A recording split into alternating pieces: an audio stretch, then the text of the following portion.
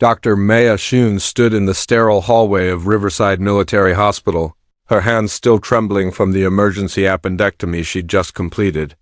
3 months into her temporary assignment, she'd learned to ignore the sideways glances and whispered doubts.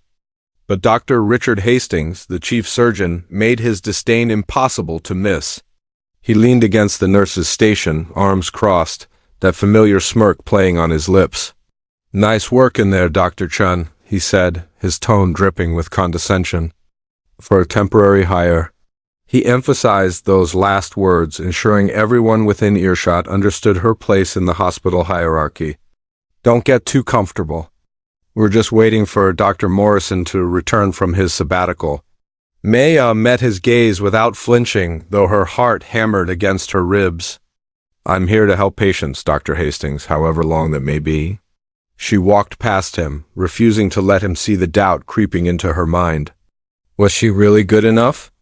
Her credentials were impeccable, her surgical record flawless, but somehow, in this place, none of it seemed to matter. That evening, Maya sat alone in the hospital cafeteria, picking at her cold pasta. Her phone buzzed with a message from her mother. "How's my brilliant daughter doing?" Maya smiled sadly. Her mother didn't know about the constant undermining, the way Hastings assigned her the simplest cases while hoarding the complex surgeries for himself. She'd come here hoping to prove herself, to earn a permanent position at a prestigious military hospital.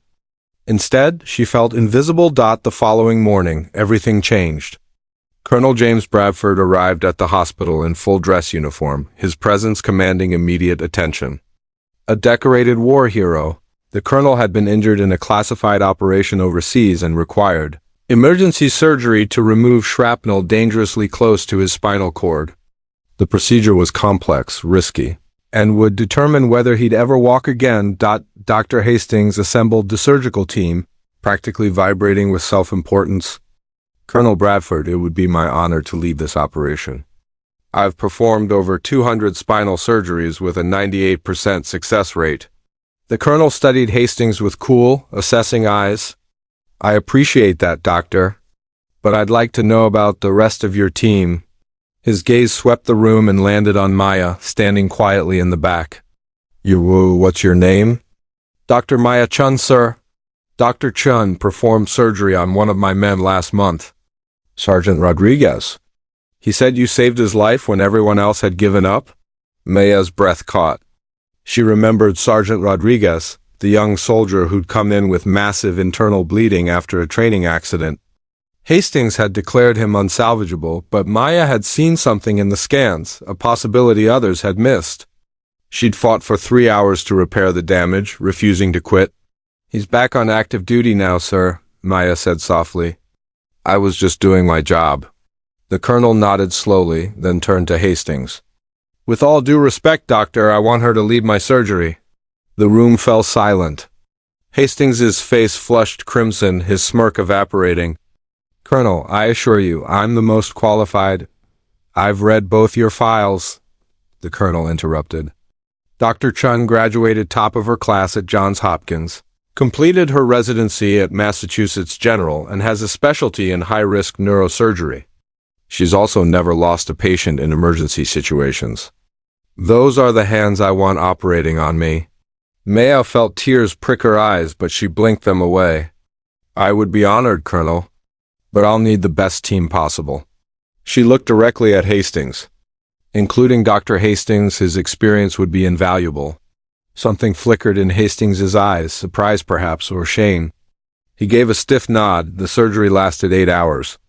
Maya's hands moved with precision and grace, navigating the delicate terrain of nerve and bone. Hastings assisted without complaint, and as the hours passed, she felt the dynamic shift.